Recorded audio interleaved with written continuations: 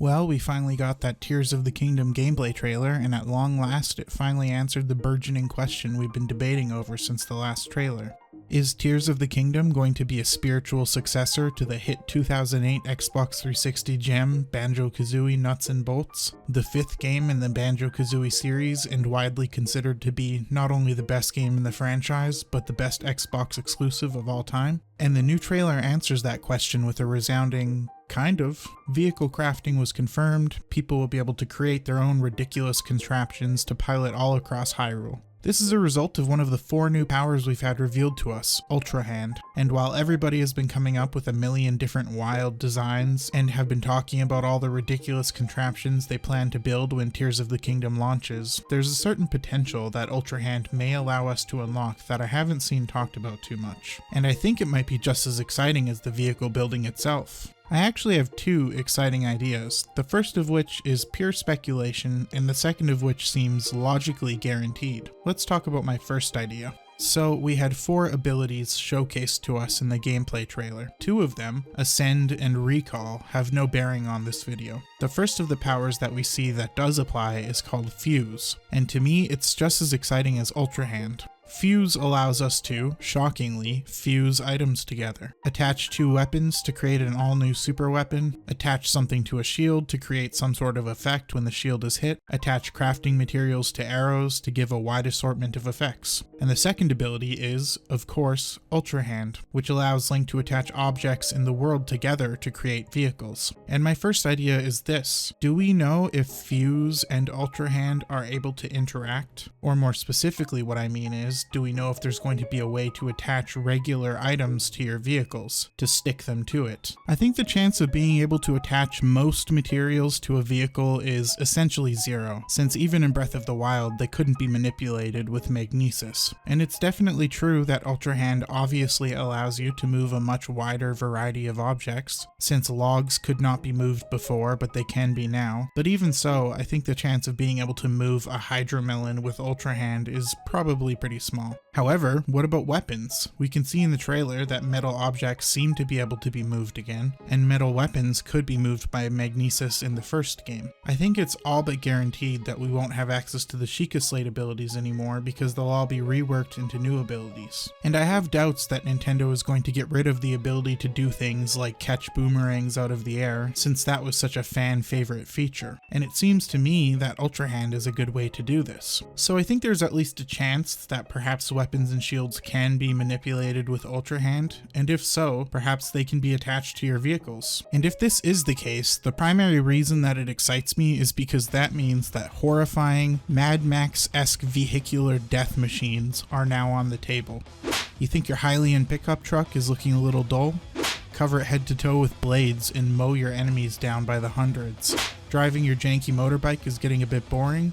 Stick a spear along each side of it and start jousting with every bokoblin you come across. I think there's a lot of room for some pretty insane and creative builds if we're allowed to strap weapons from our inventory onto our vehicle. And it also gives you a reason to pick up weapons that perhaps you would have otherwise left behind. I think there's quite a lot of potential here, but mostly I want to skewer a bokoblin going 150 kilometers an hour. That sounds pretty great.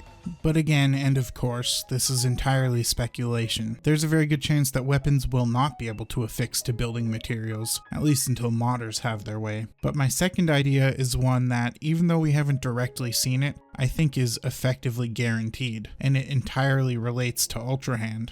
The idea occurred to me upon a rewatch of the gameplay trailer during the part where Aonuma built the boat. I watched him put the boat together and then just carry it over to the water with no motor or fans and just plop it in there. And that's when it sort of occurred to me. There's no reason he would need to affix a fan to it at all. He could just leave it as a bunch of logs floating in the water. And then he could go find more logs and attach them to it if he wanted to. See where I'm going with this? If the river he was trying to cross was short enough, somebody could just attach enough logs in a row to make a bridge, and then just place it across the ravine. And that's my point. Ultrahand isn't just going to allow you to build vehicles, it's also going to allow you to build structures.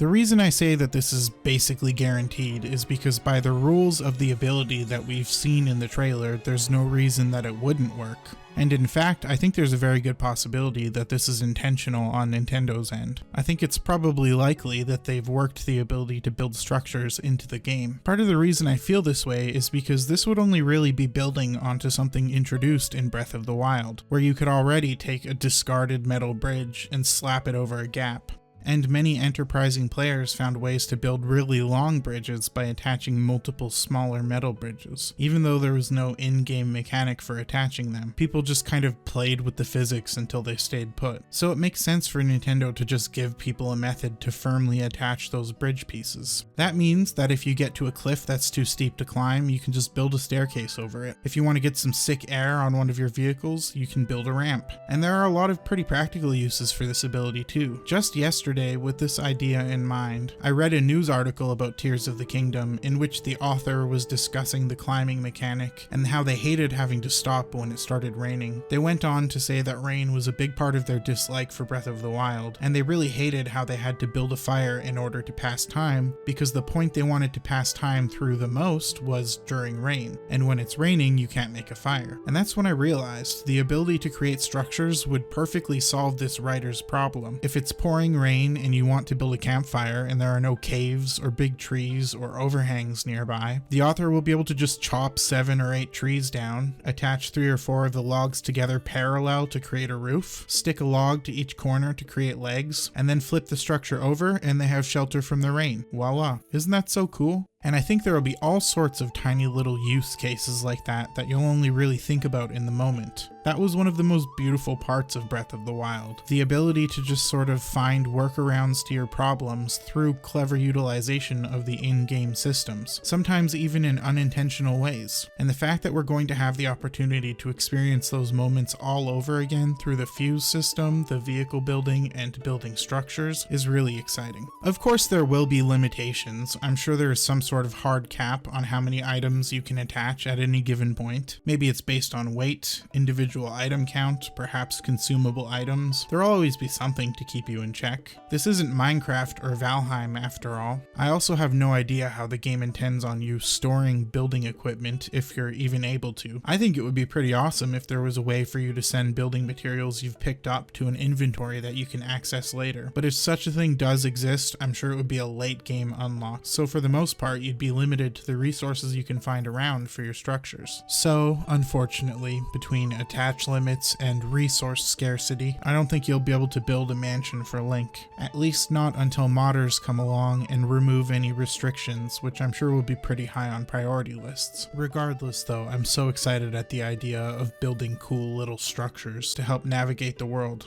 What do you think? Do you love the idea of being able to slap a sword onto the side of your vehicle and do some drive-by slashings like your Sebulba? Do you love the idea of being able to build little structures to get out of the rain and help you navigate the world? Or do you think I'm totally off base? Let me know in the comments down below.